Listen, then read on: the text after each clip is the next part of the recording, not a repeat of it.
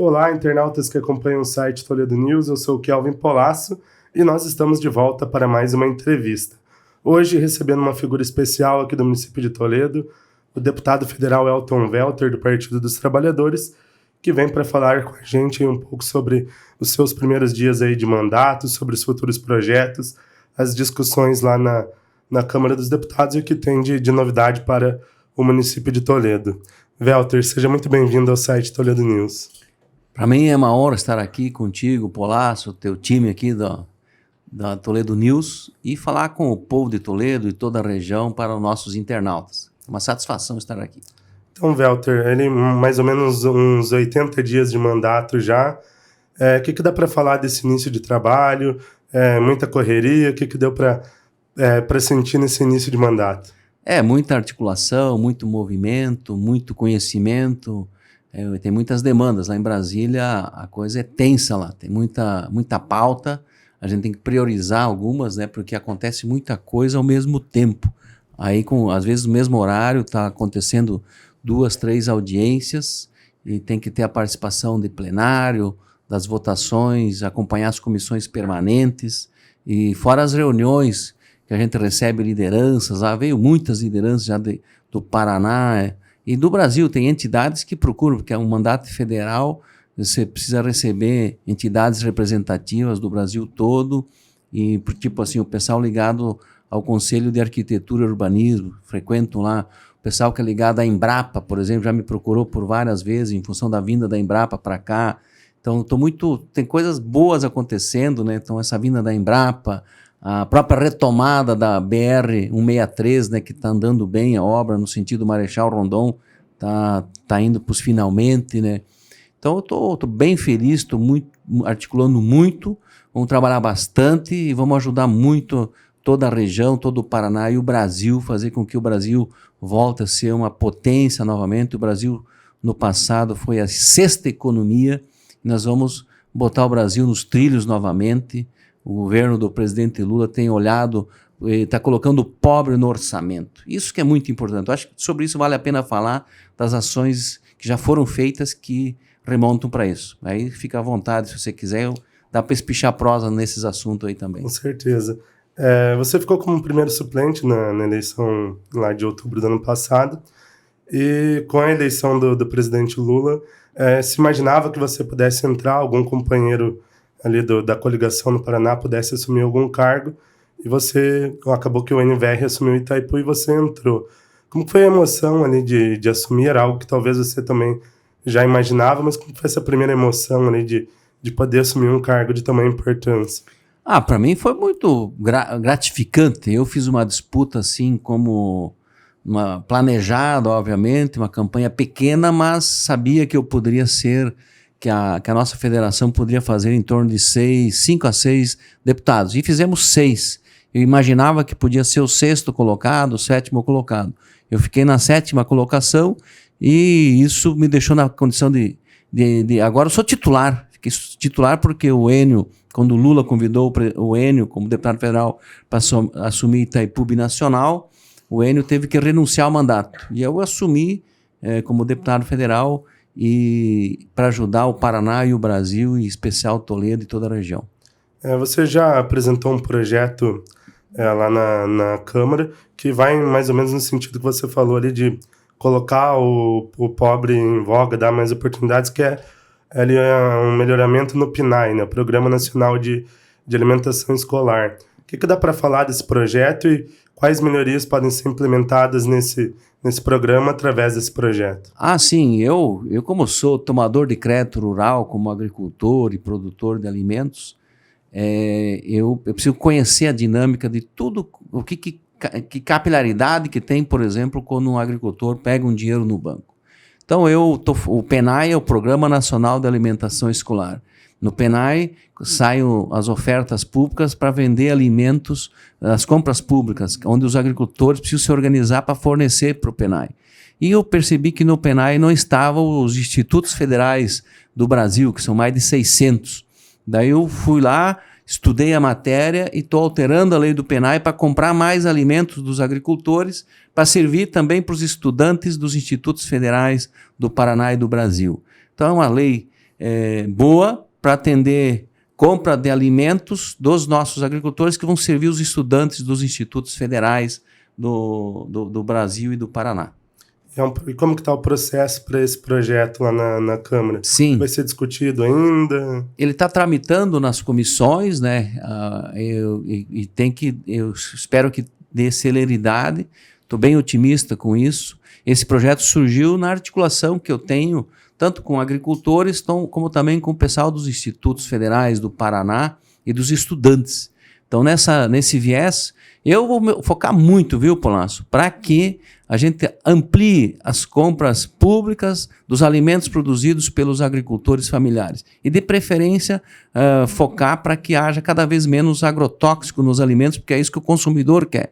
Então, isso é uma parte, né? Então, temos que organizar todo o sistema produtivo de abastecimento para que os produtos sejam produzidos regionalmente para ter menor custo para quem vai comprar, para abastecer as ceasas regionais ou os supermercados da cidade e da região. Muitas vezes, se não estiver bem organizado, os mercados têm que se programar para comprar grandes volumes, né? E se tiver uma cadeia bem organizada na produção de alimentos de forma regionalizada, dá para comprar da região. Então, eu não me conformo que a gente não tem toda uma organização de agricultores para produzir esses alimentos que chegam tanto nessas compras públicas, como também que podem ser ofertados nos balcões dos supermercados. Então, o que eu vou trabalhar muito para que o juro dos Pronaf, dos Pronafinho, para a agricultura familiar, sejam da pequena agricultura, daqueles que realmente produzem os alimentos, que eles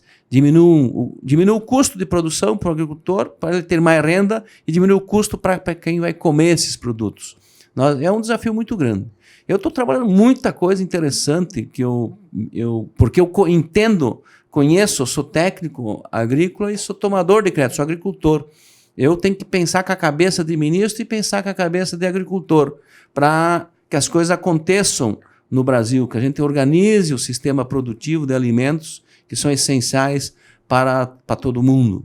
Aí, por exemplo, um programa que vai ser bem bom também, que eu já estou trabalhando, que é paralelo a isso, está tramitando também, lá em Brasília, a retomada com força do PAA, que é o Programa de Aquisição de Alimentos. No PAA, nós vamos trabalhar para incluir na lei do PAA a compra de fitoterápicos, produtos também que são produzidos pela agricultura familiar, e organizar a compra desses fitoterápicos para serem fornecidos em toda a rede de atenção básica em saúde do Brasil. E aí nós vamos trabalhar um projeto aqui no Paraná, articulado também aqui com a Itaipu, para que haja esse treinamento de profissionais de saúde que atuam nas unidades básicas de saúde, para eles prescreverem esses produtos para as pessoas que são pacientes do SUS, né, que são da rede de atenção básica. Então, todos aqueles fitoterápicos, ou aqueles chá, que já são reconhecidos pela Anvisa, que é o órgão de vigilância, e pelo próprio Ministério da Saúde, nós vamos organizar a quantia do plantio, articular com as entidades, para produzir suficiente, processar nos padrões sanitários para serem e comprados dos agricultores para serem fornecidos na rede de atenção básica. É um projeto audacioso. Então vai ter no PAA a aquisição dos chás também. Eu espero que isso ocorra. Eu quero incluir nesse projeto, que é um projeto do Poder Executivo, e nós vamos tentar incluir que haja dinheiro do SUS na aquisição desses fitoterápicos, ou chás que já são reconhecidos por pesquisa, que funcionam para alguns problemas de saúde dos pacientes. Outro projeto que você apresentou agora junto com a deputada do PT, Carol D'Artor, aqui do Paraná também, é um projeto destinado ao combate contra a violência contra a mulher. A gente aqui acompanha muito isso, em Toledo mesmo, nós recebemos vários casos aí da PM, das Forças de Segurança, muitos casos de violência doméstica. E vocês estão propondo um projeto nesse sentido. Dá para falar um pouco mais sobre esse projeto? O que tem de novidade nesse projeto para incentivo público contra esse problema? A importância de mandatos estarem sintonizados e ouvindo a comunidade é muito grande. Esse projeto surgiu numa conversa, numa reunião lá na OAB de Cascavel. Lá tinha juízes, promotoras, advogados, lideranças regionais. Eles falaram disso, inclusive, se não me falha a memória, foi uma promotora que falou: por que não dá para fazer abater do imposto de renda para entidades ligadas a mulheres, em defesa da proteção da mulher, segurança da mulher, para descontar do imposto de renda? Já existe para vários fundos, para que não da mulher, para combater a violência contra a mulher. Então, nós estudamos a legislação que existe e estamos propondo alteração para incluir, para também abater no imposto de renda, para fomentar políticas de combate ao abuso, à violência contra a mulher. Então, eu e a deputada Dartora tomamos a iniciativa, o projeto deu entrada na semana passada e eu espero que ele prospere, porque vai ajudar muito para ter um pouco mais de recurso para fomentar o combate à violência contra as mulheres. Funcionaria da mesma forma como outros programas, o Pro Esporte, o projeto aqui de Toledo, a gente tem a campanha legal, também funcionaria perfeitamente, num sentido parecido. Sim. Por exemplo, ano passado é muito parecido. Por exemplo, eu fui ao meu contador, até vou aproveitar e fazer uma propaganda, e do imposto de renda devido, eu depositei direto no fundo da criança e do adolescente aqui em Toledo. Daí isso é reembolsado, ou você deixa de pagar. Você vai pagar imposto de renda, por exemplo, 5 mil, em vez de pagar 5, como você depositou 2 mil no fundo da criança e do adolescente, você paga só 3.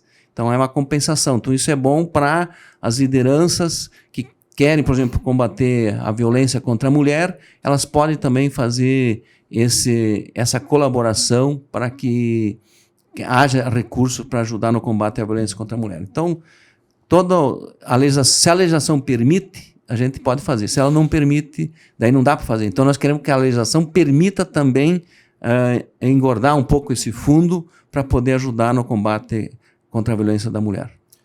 O município de Toledo teve por muito tempo um deputado federal, que foi o Dilceu Esperafico. No último mandato ele acabou não se candidatando, Toledo ficou sem essa representatividade. Hoje a gente, pela primeira vez na história, tem 2 deputados federais.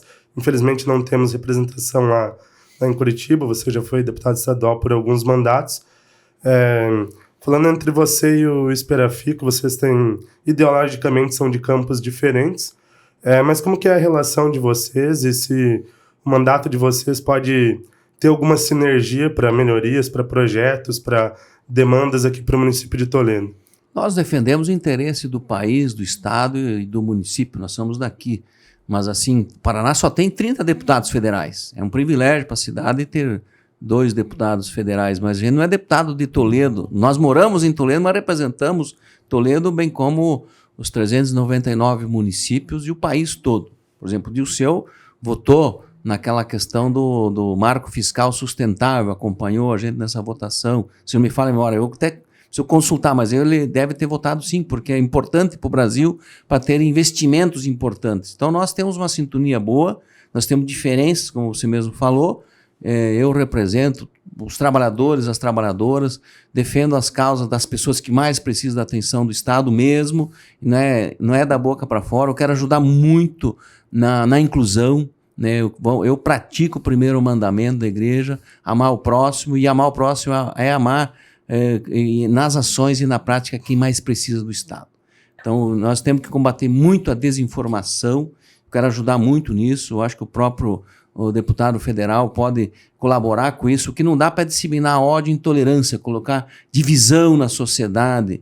E eu vou trabalhar muito para isso. Eu acho que o preconceito que existe muitas vezes contra trabalhadores rurais, por exemplo, sem terra, ou contra indígenas, ou contra o pessoal, muitas vezes bota lenha na fogueira. E nós temos que acolher e trabalhar para que as políticas sejam resolvidas, os problemas que são latentes na comunidade local, regional do país, precisam dar atenção especial para onde o calo aperta mais no sapato. E muitas vezes é fácil fazer discurso fácil e jogar uns contra os outros. Eu defendo justiça social, eu defendo igualdade de oportunidade para todos e todas, e tem que dar de modo especial para quem está na situação de vulnerabilidade, questões mais difíceis. Por isso que quando o presidente Lula fala: eu quero que cada brasileiro consiga tomar café, almoçar e jantar. E nesse sentido, Polasso, se você me permite, né, já queria falar sobre das ações que foram feitas, que tem tudo a ver com isso. Entrando no presidente Lula, a gente sabe que você é um apoiador dele, são do mesmo partido. O que você tem visto desses primeiros meses de mandato, esse praticamente primeiro semestre de mandato do presidente Lula? Perfeito. Por exemplo, Lula retomou a política de correção do salário mínimo acima da inflação.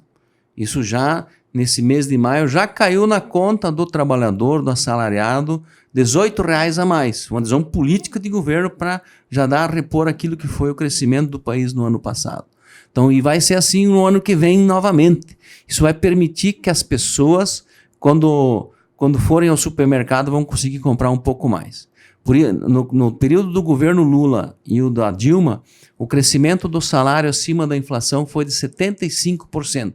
Isso não é conversa minha, isso é coisa, dados oficiais. Por isso que permitiu que muita gente ascendesse de classe social de acordo com o IBGE, os levantamentos. O povo ficou um pouco mais, elevou o poder de compra, começou a ter mais facilidade, por exemplo, para programar, por exemplo, participar de um consórcio, de um veículo e ter condição de pagar todo mês em dia o consórcio, ou financiar um produto para casa para conseguir pagar, reformar a casa, né, viajar de vez em quando com a família, ir no supermercado e comprar uma carne melhor ou coisa assim. Então, quando o povo tem dinheiro um pouco mais, todo mundo ganha. Se gera mais emprego, se gera a promoção da diminuição da desigualdade social. O Lula tem obsessão para isso.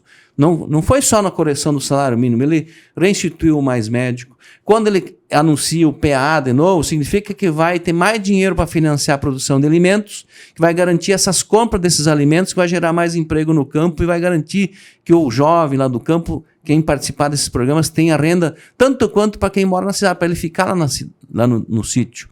Quando ele anuncia também o Mais Médico, tem mais médico, primeiro é para prioridade para os médicos brasileiros. É para atender a saúde do povo brasileiro. Tem lugar que não tem o médico, os médicos não estão indo porque não há interesse. Daí eu criei um programa que estimula para esse médico se habilitar para trabalhar lá. Estou falando do Brasil todo, viu? Aqui nós temos uma situação, a saúde nem sempre é perfeita, mas aqui é uma cidade que, apesar de tudo, a atenção básica está bem organizada.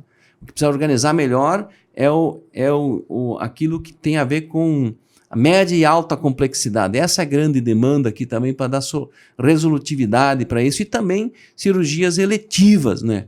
Mas, enfim, o governo federal já repassou bem mais dinheiro para santas casas do país para amenizar os impactos em parceria com o Estado e municípios na saúde. O Brasil está voltando a ter um respeito internacional novamente. O Lula começou o governo, Polasso. A primeira coisa que ele fez foi visitar os países da América Latina. Foi na Argentina, foi no Uruguai. Toda articulação que se você promove no bloco econômico regional é melhor. Você tem que ter boas parcerias com os vizinhos. Senão vem um país forte e vai lá e faz acordo com eles e é ruim para os negócios dos brasileiros naquele país. Então, o que se faz, se dissimula muito nas mídias e muitas mentiras, é colocar um contra o outro. A gente quer ficar dando palpite lá na Argentina ou na Venezuela ou em qualquer outro lugar. O que é importante para os brasileiros é que se a gente consegue ter bons negócios com os vizinhos para atender o interesse das indústrias nacionais e dos trabalhadores e trabalhadoras do Brasil com aqueles países vizinhos. Então nós temos que fortalecer o Mercosul enquanto bloco econômico para fazer frente aos negócios internacionais. Então Lula fez primeiro articulação na América Latina, na América do Sul, depois visitou o Biden dos Estados Unidos, depois foi para a Europa, também visitou, foi para a China e está articulando uma ampla articulação internacional que vai atender o interesse de todos os brasileiros. Eu não tenho dúvida que o Brasil já se tornou, lá nos períodos do governo do PT, a sexta maior economia.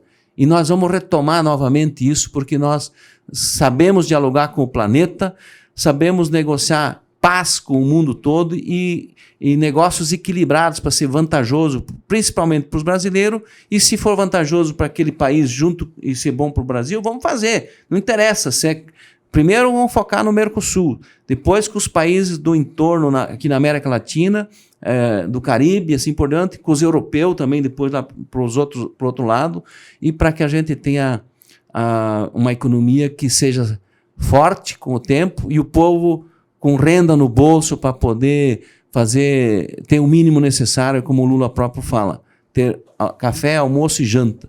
Nós temos obsessão por isso. Nós vamos fazer muito isso. Tem muita gente, viu, Polassi, que parece que gosta de ter gente, trabalhador na reserva, porque daí pode trocar a cada pouco, pagar pouco, e nós temos que ter condição porque o salário suba cada vez mais, para que daí quando tiver negociação coletiva de qualquer categoria, entre patrão e empregado, tenha ganho real nessas negociações. Isso ajuda, inclusive, todas as empresas, porque desse trabalhador podendo comprar aquilo que ele produz, ele também vai aumentar o giro daqueles negócios, daquelas empresas.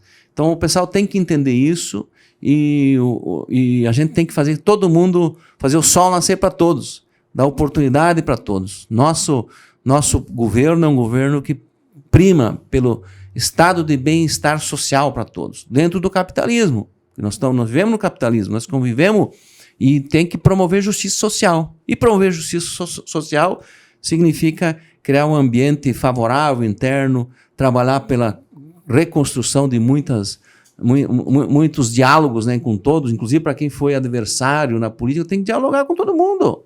E nós estamos fazendo isso. Nesse sentido, teve a visita do Maduro na semana passada, que é uma figura controversa, vamos dizer assim, com muitos problemas lá na Venezuela. O que você pensa sobre essa visita e esse contato agora mais próximo entre Brasil e Venezuela? Porque o Maduro veio para cá porque teve uma reunião com todos os países da América Latina, aquele raciocínio que eu fiz antes.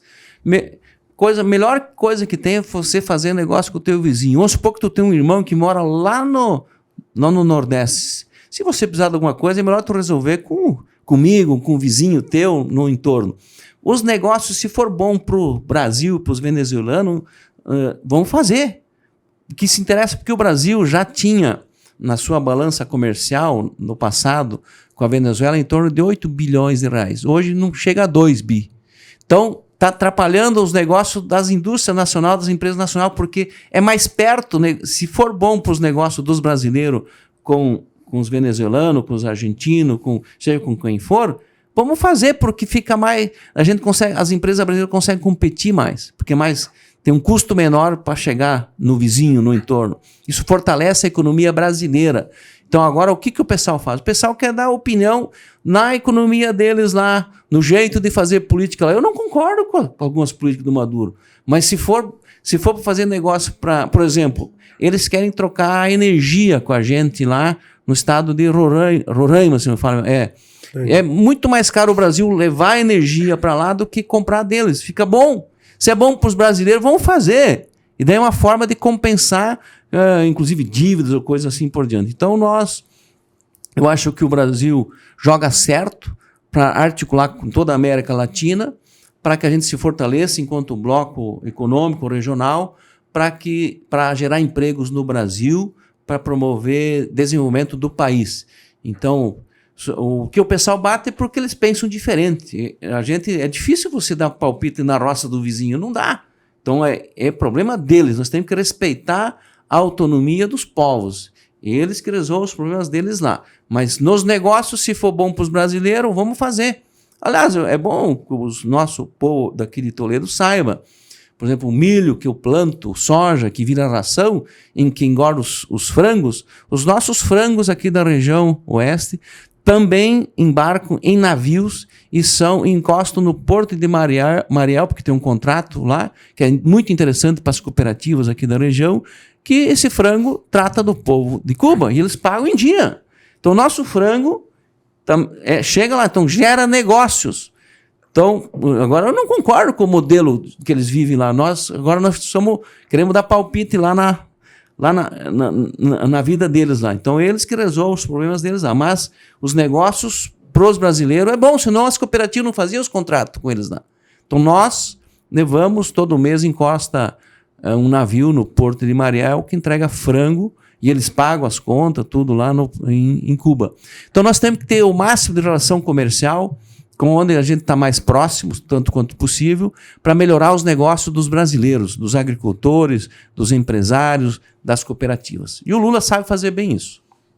A gente vê nesse início de mandato lá na Câmara bastante efervescência, vários assuntos importantes sendo debatidos, várias CPMIs sendo criadas. Uma delas é a CPMI do MST. Você está acompanhando ela? A gente vê ali nesse início de ano um aumento das invasões em várias regiões brasileiras. Como que está sendo essa CPMI? E você também, acho que conhece bem o movimento, pode falar um pouco mais sobre ele também. Na verdade, o pessoal tem facilidade de defender, por exemplo, às vezes um grileiro de terra. E não tem... Eles não assumem isso, mas tem facilidade em bater num cara que nunca teve nada, não teve acesso a nada. Então, por exemplo, eu vou dar um exemplo muito claro aqui. A gente teve toda uma articulação, né? Eu acho que o colonizador aqui dessa cidade, da região, foi muito feliz quando permitiu 10 alqueires para cada família, 12 alqueires na época, e foi feita... Isso foi a verdadeira reforma agrária. E teve gente que nunca teve essa oportunidade. Então, o que hoje os sem terras reivindicam, aqueles que têm vocação e tudo mais, é um pedaço de chão para plantar, para poder se organizar, para ter uma vida digna também no campo. É isso que eles lutam. Então, hoje, eles colocam uns contra os outros. Então, eu te pergunto, tem alguma ocupação de terra aqui na região de Toledo até Guaíra? Não tem, porque a colonização foi bem feita. Geralmente, o pessoal vai ocupar terras onde foi uma terra grilada, onde o Estado lá atrás titulou para um grande grupo ou famílias tradicionais que às vezes usam essa terra assim, mais para especulação e exploração. Então, no fundo, ganharam essas terras do Estado.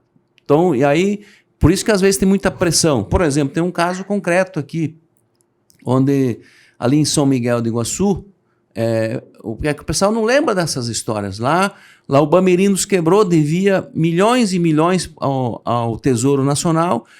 Então essa dívida virou, o Estado colocou famílias lá. Tem centenas e centenas de famílias assentadas, produzindo leite, produzindo porco, produzindo grãos, né? E funciona. É o que ajuda a movimentar a economia daquelas cidades também. Então existe muito preconceito, né, em relação ao MST. Eu acho que fizeram essa CPI para criminalizar o movimento. Então tem esse embate dos contra e dos a favor. O que eu defendo é a justiça. E a justiça precisa ser feita. E a justiça para os mais pobres, eu defendo ela. Eu defendo e acredito que nós estamos achando o caminho para valorizar, quando a gente garante crédito mais barato para produzir alimentos, quando a gente garante compra de produtos da agricultura familiar para abastecer escolas públicas, inclusive as cadeias podem ser usadas para... Os hospitais filantrópicos vão entrar também, inclusive reivindicaram recentemente para entrar no PA.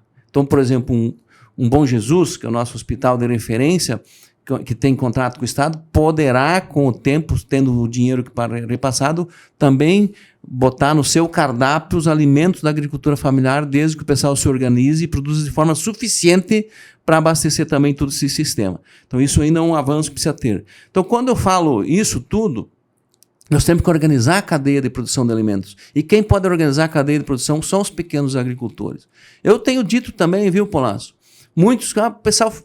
Tem gente que tem lá seus 1000 alqueires de terra, planta soja e milho. Tudo bem, beleza. Mas às vezes um cara que é um suinicultor, um avicultor, se ele vai mal, ele quebra, esse grande fazendeiro vai lá e compra essa terra dele. Então o maior aliado, na minha visão, de um pequeno agricultor é o próprio MST, que também é pequeno agricultor. E aí eu queria queria que as pessoas se dispusessem, tivessem a grandeza e a humildade de começar a ir visitar assentamentos da reforma agrária. Eu tenho centenas para indicar para a gente olhar e conhecer como é que esse pessoal se organiza, como é que eles industrializam os produtos. Eu estava no final de semana em Laranjeiras do Sul. Aí fui lá tem um assentamento, é 8 de junho. Lá tem, por exemplo, tem uma agroindústria lá que funciona lá, que o cara produz suco de uva, vinho, vinagre, aquelas doces de leite, produtos de legumes que colocam em pote, faz as embalagens, tudo. Faz uma infinidade de produtos que eles articulam entre eles, que produz o produto natural, daí eles processam ali e vendem ali na região. Então é uma forma de organizar toda a cadeia da produção de alimentos e um produto certificado para poder ser vendido. Já agora eles vão entrar já no sistema Suasa, que é para vender em todo o estado. E tudo colono assentado, agricultor familiar. Então, o agricultor familiar, o perigo maior é do grande produtor que está louco para comprar um pouco mais de terra e que para inviabilizar muitas vezes até o pequeno produtor que tem lá seu frango, o seu peixe, o seu porco. Porque se ele não vai bem, ele tem que ir bem. Então esses pequenos agricultores têm que repensar o jeito deles para que a gente tenha mais garantia de segurança nos negócios deles e não ficar pensando que a MST vai tomar a terra deles. Bota sempre muito medo. Então esse é o desafio. Porque a estratégia é essa, colocar medo nas pessoas, colocar um terror na cabeça das pessoas. E eu vou combater isso. Eu quero abrir o olho do povo, fazer com que as pessoas reflitam, pensem, porque não é possível tanta manipulação. Eu nasci aqui em Toledo. E a melhor reforma agrária que teve aqui foi o colonizador que fez, que na época as pessoas vieram aqui, desbravaram, cada uma teve acesso a uma colônia de terras, e essa diversificação da produção é que deu estabilidade, prosperou a economia, e isso acontece. Tem outro exemplo interessante aqui, que esse tema é palpitante, eu tenho disposição para falar. Onde teve assentamentos, as cidades aquecem a economia. Por exemplo, pega uma grande fazenda de cana, lá o cara tem 2.000 hectares de cana ou mais. Aquele dinheiro não circula ali.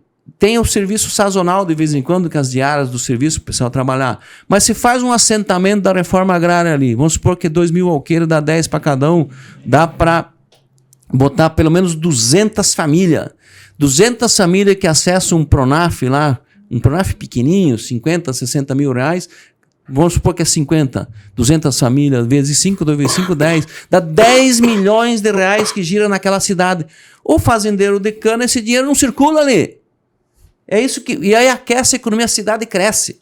Isso que aconteceu aqui em Toledo aconteceu isso no começo. A cidade prosperou porque todo mundo se ajudava, todo mundo usava o dinheirinho que cada um tinha na cidade e girando o comércio com o tempo. Então eu acho que a justiça precisa ser feita, a gente precisa amar o próximo e saber o que está falando. E prestar muita atenção nos que propagam ódio, que promovam a divisão da sociedade, e a incompreensão disso gera maldades, e as maldades precisam ser explicitadas. Nós temos que denunciar quem promove terror, muitas vezes por desinformação. Outra discussão importante que a gente está tendo lá na Câmara é em questão aos protestos, aos atos que aconteceram, e o vandalismo, tudo aquilo que ocorreu no dia 8 de janeiro. A direita, o pessoal da oposição tem afirmado que o governo facilitou aqueles atos. E isso vai ser discutido durante a CPMI. Como que você vê essa situação? Também está acompanhando de perto. Como que você vê tudo isso? Olha, meu amigo, quem induziu, organizou fechamento de rodovias, quem financiou ônibus para ir para lá no dia 8 deve estar com a pulga atrás da orelha, né? Porque como é que os caras foram lá, quem estimulou isso que deve estar preocupado. Porque como é que os caras entram e quebram o Palácio do Planalto, o Congresso Nacional, o Senado Federal e o Poder Judiciário? Isso é atitudes muito malucas. Isso é para quem quer tomar de assalto o poder que foi otorgado nas urnas pelo voto popular. Acho que quem negou o resultado das urnas, quem não aceitou o resultado, falando que tinha vício nas urnas, deve estar muito preocupado. Então eu acho esse pessoal que vai pro exterior e manda assessor puxa-saco trazer joia na mala e é pego, deve estar muito preocupado. Porque é o seguinte, eu acho que essa CPI vai deixar muito claro e vai chegar nos financiadores disso, então esse povo deve estar preocupado. Então eu Eu acho que quem conspirou contra a democracia estava por um fio, Polaço. Foi por um fio. E para quem acabou salvando, isso foi o voto popular com toda a dificuldade. Vocês devem ter acompanhado. Eles usaram a Caixa Econômica para liberar dinheiro consignado do Auxílio Brasil justo no mês de outubro. Foram bilhões liberados ali na boca do caixa. O que é isso? É uma compra de voto explícita. E outra, o Auxílio Brasil só foi melhorado no ano da eleição. Antes eram contra. Percebe como é que é? Por isso, e ele ia encerrar em 31 de dezembro. Nós tivemos que votar uma lei, a PEC da Bolsa Família, eu não estava lá ainda, mas eu acompanho, para garantir a continuidade desses programas, para ampliar. E aí, por isso foi feito por isso que agora o novo marco fiscal tem a ver para dar sustentabilidade para esses programas que foram criados e recriados. O Bolsa Família, sempre corrigido acima da inflação, o salário corrigido acima da inflação, do Mais Médicos, do PAA, do Minha Casa Minha Vida, que voltou. Muito prefeito precisa se organizar para fazer bons projetos. Vai ser feito muita casa no país novamente, porque o Brasil voltou para os brasileiros que mais precisam. Então, esse povo que está querendo mudar a narrativa, quem estimulou, que sabe que deve estar muito preocupado. Então, eu não tenho dúvida que vamos chegar nos financiadores desses atos, né, que promoveram esse terror lá, e não vão escapar fino, não, porque o pessoal consegue cruzar as informações. Eu acho que querer passar a culpa para nós, que é um absurdo isso, é a maior mentira que tem, e não tem como colar. Então nós vamos trabalhar para desnudar tudo isso e para fazer o Brasil voltar a crescer, se desenvolver e para ter mais tranquilidade. Outro tema, outro projeto que tem gerado enorme debate lá na Câmara é a questão da PL das fake news. Até esteve para votação, acabou sendo cancelado, vai voltar para as comissões para discussão. Qual a sua opinião sobre esse projeto e como você entende que esse projeto, sendo aprovado, ele precisa ser fiscalizado de que maneira? Quem vai fiscalizar? Vai ser o Estado? Não seria melhor talvez criar um grupo entre as empresas, estados, agentes políticos para debater isso? Como que funcionaria?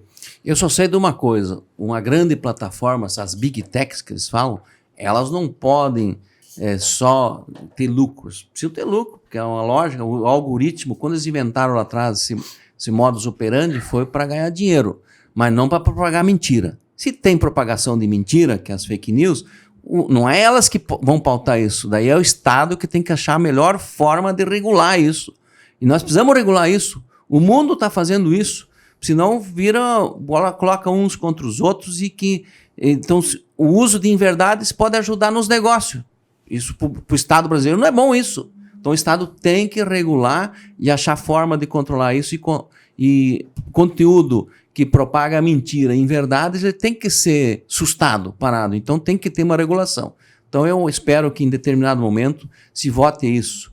Então o pessoal está dizendo que é censura. Não é censura. Nós sempre propagamos a liberdade de expressão e pensamento. Agora, se propagar ainda impulsionado mentiras para colocar uns contra os outros ou para vender mais, o Estado tem que intervir com qualidade, intervir no sentido legislar, controlar para evitar abusos dessas grandes plataformas digitais.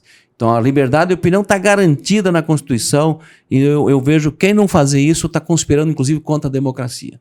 Esses tipos de plataformas podem derrubar governos se usar de má fé a informação. Então nós não podemos titubear nisso, porque isso há uma força oculta que ocorre, que articula por trás muitas mentiras para criar divisão na sociedade. Eu acho que a democracia corre risco se a gente não tem um controle, né, do Estado, na medida que essas grandes plataformas tentam ganhar dinheiro ou levar milhões e milhões de pessoas para um pensamento equivocado acerca daquilo que seria o melhor para o bem-estar daquele país ou daquele Estado. Eu acho que a questão das Big Techs terem todo esse poder é algo assim que não deveria e não é assim na maioria dos setores do cotidiano da nossa vida. Mas Entrando um governo de direita mais à frente ou um governo mais autoritário, isso também não se torna perigoso o governo ter todo esse poder de controle sobre as mídias? Não, o governo não vai ter o controle das mídias. O governo vai precisar regular aquilo que é excesso de aquilo que é identificado como uma mentira, uma inverdade. Então, essa é a ideia. Ninguém quer controlar ninguém. Agora, o que não dá para ter abuso de uma plataforma no setor privado, são empresas privadas, que os negócios deles estão acima do interesse nacional. Aí não dá. Então, nós que defendemos a democracia plena, temos que achar caminhos, porque senão essas plataformas têm mais força que qualquer governo. Daí não é questão mais de direita ou de esquerda, é de razoabilidade para promover as verdades, não mentiras. Outro debate grande ali na Câmara foi a questão da cassação do mandato do Deltan Dallagnol, foi o deputado federal mais votado do Paraná, ali com mais de 345 mil votos. Ontem, em algumas cidades do Brasil, inclusive, ocorreram alguns protestos de pessoas contrárias a essa cassação. Como que você viu essa cassação? Você concorda? Você acha que houve um intervencionismo, talvez, grande do Supremo? Poderia ser algo que pudesse ser debatido, talvez, pela Câmara? Como que você entende essa situação? A lei que serve para o Deltan serve para qualquer outro brasileiro. Então, eu acho que o judiciário tem autonomia. Na época que Deltan era procurador federal, ele usava a lei, usava e abusava também do poder. Então, hoje, o próprio poder judiciário, ele era membro do Ministério Público Federal. Fazia jogo combinado, inclusive, com o atual senador Sérgio Moro. Então, eles abusaram do poder. Eu não sei, a decisão é do Tribunal Superior Eleitoral e foi por unanimidade. Então, tem que perguntar para esses ministros o que aconteceu. Não foi? O julgamento foi do judiciário. Então, essa interpretação que eles fazem serve para eles, serve para outros. Então, eu acho que a lei está sendo aplicada pelo próprio Poder Judiciário. Então, não dá para abusar do poder. Tem que aplicar a regra que existe no país. E eles aplicaram a regra. Eu entendi dessa forma. Então, não há... cabe a ele recurso, mas pelo que eu vi foi unanimidade e tem que perguntar para esses ministros por que votaram assim. Você entende, hoje a gente tem um debate muito grande na questão, talvez, de um intervencionismo muito grande do STF, a direita principalmente bate nessa questão. Agora também tem uma questão polêmica ali que veio a indicação do Lula para o novo ministro, que é o Zanin, que vai ser debatido lá no Senado. O Zanin foi advogado dele, o Lula até falou nas eleições que não gostaria de pôr amigos no STF, mas é uma figura que teve muito contato com ele. Acho que isso é até normal de outros presidentes colocar pessoas próximas. Mas como você vê a atuação da STF e também o nome do Zanin sendo colocado agora? Então, a Suprema Corte é composta de 11 membros, né? E ali os caras têm que agir com total imparcialidade e autonomia. Então, isso é muito do perfil de cada um. Então, eu me lembro, o Lula indicou aquela vez o Joaquim Barbosa, que era o primeiro ministro negro. O Joaquim Barbosa foi o cara que mais atacou a gente na época, no caso do Mensalão, que pegou todos os partidos políticos na época que foram investigados.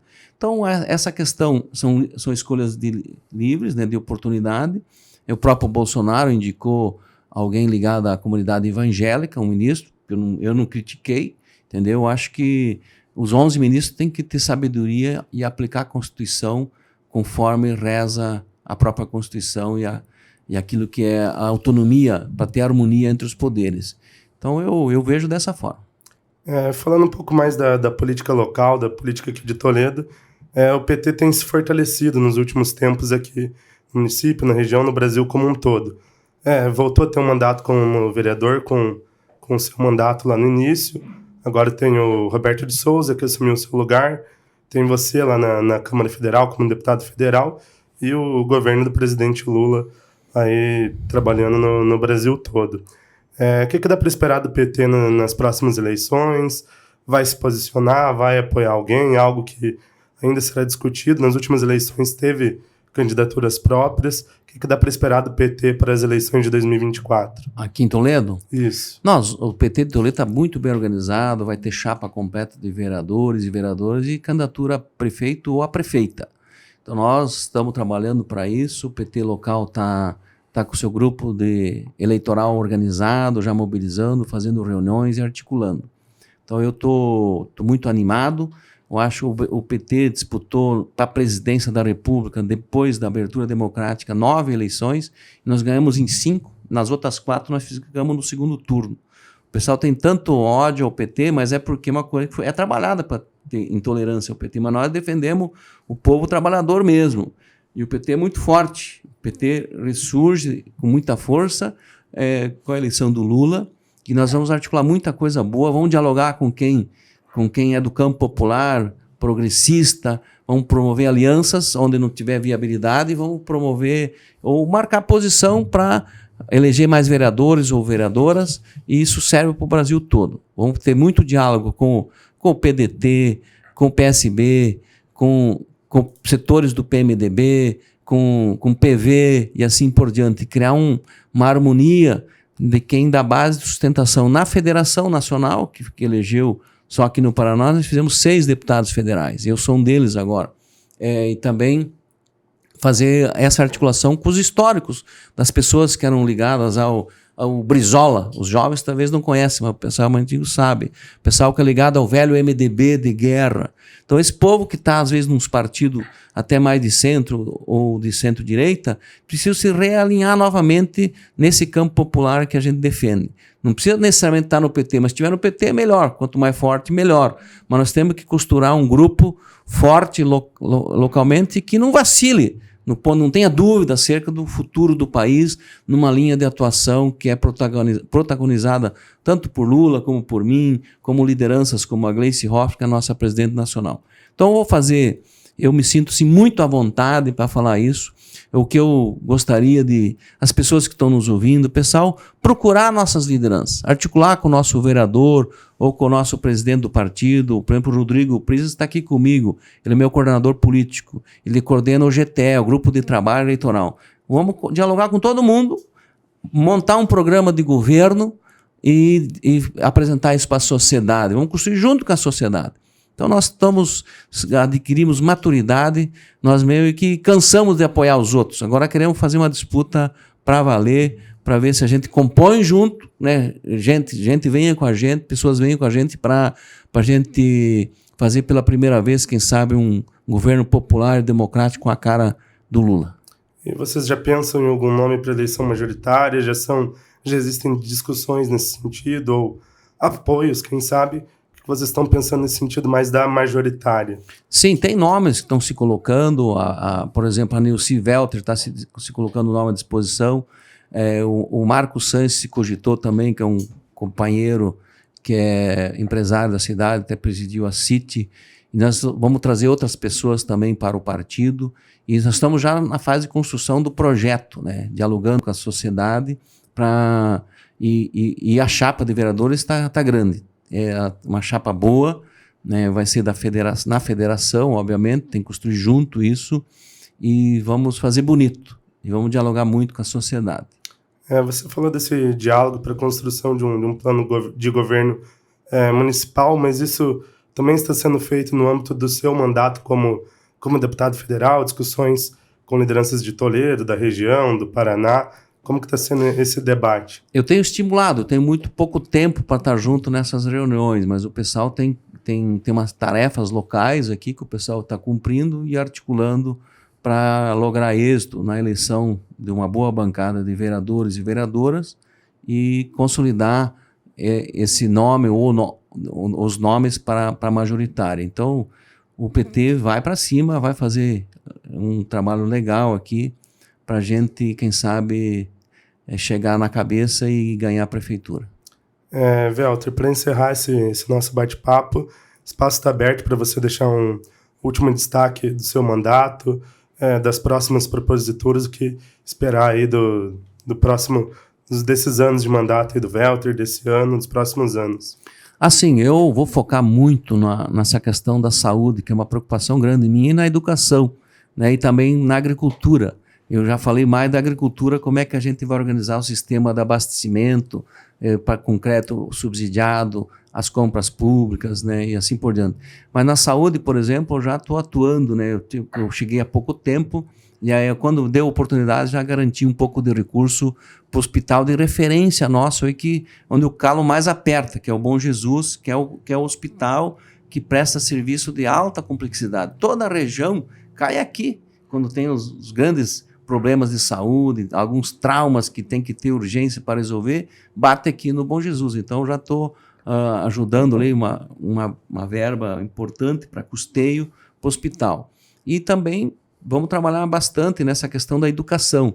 Tenho projetos futuros que eu tenho dialogado já no MEC, estão buscando boas parcerias nesse sentido para nós sermos uma grande referência ainda maior. Por exemplo, quando veio para cá o curso de medicina na Universidade Federal do Paraná, eu não me conformo com essa universidade, só tem o curso de medicina aqui. Quando tiver condição o Estado brasileiro, nós temos que dar condições para que tenha novos cursos aqui, atenda na área da saúde. Tem que ter, eu acho que tem que formar farmacêuticos aqui, ou enfermeiros, né, em nível superior pela Universidade Federal, outros cursos na área de saúde, e planejar, cobrar do reitor, articular com o ministro Camilo. Isso é uma luta que vai ter que estar junto com o prefeito Beto Luniti, vai ter que estar junto com todas as lideranças, né, para a gente voltar a ter investimentos grandes que realmente são estruturantes para aqui. Você pegar, por exemplo, o curso de medicina, ela lá dentro do Bioparque é um dos grandes atrativos, inclusive, para promover o Bioparque, porque a Universidade Federal ela tem reputação internacional, o mundo conhece ela. Então, isso ajuda muito no entorno dos negócios. Eu estou muito feliz e orgulhoso que eu tive participação direta na vinda desse curso de medicina lá atrás, quando foi anunciado o Mais Médico. Então, eu vou me preocupar, sim, com as coisas estruturantes, grandes da cidade e da região, para que essa cidade prospere. Como foi lá atrás. Eu articulei, junto com a Gleice, que estava na Casa Civil, Gleice Hoffmann, a ministra da Casa Civil, no PAC, para ter essa duplicação entre Toledo e Marechal Rondon. Agora nós temos que colocar a duplicação de Marechal para Guaíra. Tem que ter estrada boa, tem que ter acesso bom e estruturar aquilo que for necessário para essa região crescer mais ainda.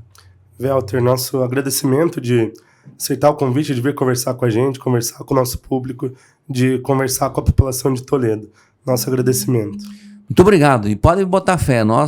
Eu nasci aqui, eu sou um agricultor e tenho esse acúmulo, essa experiência toda para ajudar a todos e todas, indistintamente. E vamos conversar com todo mundo, com todas as lideranças, mesmo quem foi adversário. Eu sou do diálogo. E a gente, promovendo o diálogo, a gente conquista grandes coisas. Tanto é que já foi retomada a 163, está a Embrapa aí consolidando aqui em Toledo e teremos novidades muito boas em breve.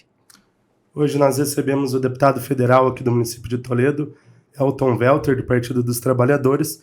Ele que falou aí sobre seus mais de 80 dias, esses primeiros momentos dele como deputado federal, sobre os principais projetos do seu mandato, falou muito sobre os principais projetos que estão tramitando lá na Câmara dos Deputados, também sobre o futuro do PT aqui no município de Toledo, próximas eleições. Então essa entrevista vai estar disponível no nosso site, no www.toledonews.com.br, e assim como outras também nas nossas redes sociais, lá na nossa página no Facebook, no nosso Instagram, no @site Toledo News, e também no nosso canal no YouTube. Lá a gente também tem o nosso podcast, o Tô no Pod, e outras entrevistas, então um conteúdo muito legal para vocês. Então fiquem ligados e nos vemos em breve. Até mais!